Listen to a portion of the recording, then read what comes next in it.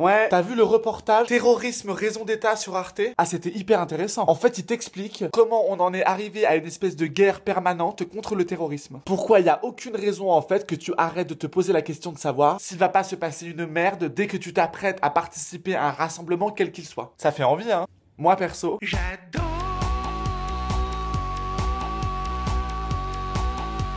vivre dans la crainte comme ça. Je suis pas très branché routine, donc là je suis au top. Bon, déjà, dès qu'on est touché par une attaque terroriste, que ce soit Bush ou Hollande après le 13 novembre, le premier mot qu'ils ont utilisé c'est « nous sommes en guerre ». Alors ce qui est marrant, c'est que tout le monde sait que ça sert à rien, que ça ne fait qu'envenimer les choses, mais en fait, c'est mieux de balancer ça pour l'opinion publique. Bah ça t'évite de passer pour un fomblard, quoi. Non mais c'est très constructif comme réaction, tu vois. On répond à la violence par la violence.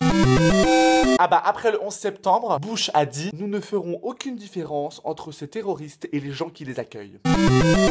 Hashtag on va buter du civil. C'est un peu comme les enfants qui t'expliquent qu'ils se sont battus mais que c'est lui qui a commencé. Ils sont relous quand ils font ça. En fait, on n'a pas cherché à discréditer le discours terroriste. Par internet, les réseaux sociaux, la publicité, on impose nos valeurs comme la liberté, la tolérance. Enfin ça dépend des gens. C'est pas une valeur commune à tout le monde. Ça serait trop facile. Mais aussi le consumérisme, l'hédonisme, à des pays qui n'en veulent absolument pas parce qu'ils ne partagent pas les mêmes valeurs. Bon bah les djihadistes, ils contestent de manière hyper violente cette globalisation occidentale. De manière très très violente. Hein. C'est un petit peu excessif mes petits chats. Du coup, quand les États-Unis s'imposent en Afghanistan après le 11 septembre pour changer la nature de leur régime, bah en fait ça a complètement l'effet inverse. C'est con.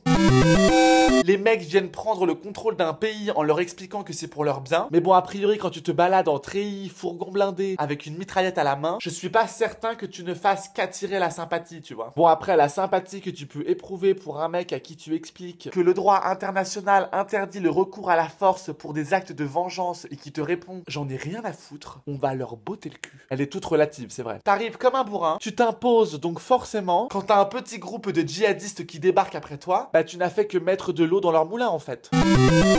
Ce qu'il aurait fallu, c'est faire la promo de concepts positifs, constructifs, auxquels les gens n'ont pas forcément accès, comme l'éducation. Bush, il voulait éradiquer le terrorisme. Dans sa tête, il était en mode « on a gagné la Seconde Guerre mondiale et la guerre froide, on a rééduqué le Japon et l'Allemagne, j'ai donc une énorme bite, et en plus, là-bas, il y a du pétrole. Banco. » Il était prêt à tout, hein. Après la Seconde Guerre mondiale, on a modifié la Convention de Genève pour prévenir les futurs conflits internationaux et donner un cadre aux lois de la guerre. Les lois de la guerre, on est sérieux là? On a établi des règles pour s'entretuer, c'est ça? C'est complètement lunaire en fait. Bref, dans la Convention de Genève, on interdit les tortures, les mauvais traitements, et le problème c'est que Bush, il s'est un peu pris pour Beyoncé.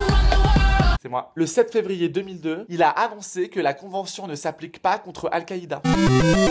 En fait, il fait comme les mecs qui changent les règles du jeu quand ça les arrange pas. Ah non, mais moi, quand je joue, on fait pas comme ça. Du coup, il se met à lutter contre le terrorisme en torturant les gens pour avoir des infos. Mais attention, il fait ça bien. Hein. Il a même mis en place des black sites. Les black sites? Ah, c'est des prisons clandestines sécurisées par la CIA dans lesquelles on procède à des techniques d'interrogatoire avancées. C'est très sympa. Ah non, ça n'a rien à voir avec un QCM amélioré. Hein. Non, là, on te pose des questions en même temps qu'on te fait subir une simulation de noyade, par exemple.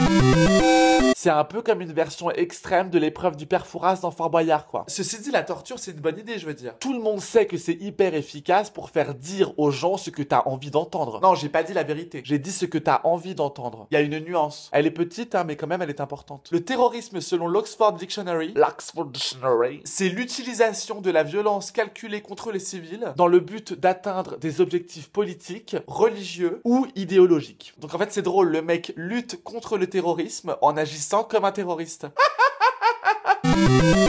Bon, après, il est pas tout seul, hein. Ça a été une technique très à la mode, hein. La France, avec l'Indochine et l'Algérie, on était assez fans du procédé, hein. Du coup, je me demande comment ces mecs-là prennent leurs décisions, en fait. Si Bush avait regardé un peu l'histoire, il aurait vu que ça fonctionne pas, sa technique, en fait. Nous, la torture, on l'a utilisée pour obtenir l'emplacement de la dernière planque des derniers dirigeants du FNL pendant la bataille d'Alger. On les a chopés, tous enfermés, et on a fait sauter leur petite cachette avec tout le monde à l'intérieur. Hyper sympa et convivial. Bref, tout allait bien. Ils croyaient avoir réglé le problème, les mecs, hein. Et puis 2 ans plus tard, quoi, bah soulèvement général du pays et la France perd le contrôle de l'Algérie. Ah, on résout pas les problèmes par la violence. Si jamais Trump regarde la vidéo, tu peux aussi y réfléchir, mon petit chat. Hein. J'ai appelé Trump mon petit chat. Il faut vraiment faire attention à ce qui s'est passé avant. Ça nous joue des tours, hein. Attends, si Jean-Marie Poiret avait regardé Les Bronzés 3, il aurait certainement pas réalisé Les Visiteurs 3. Hein.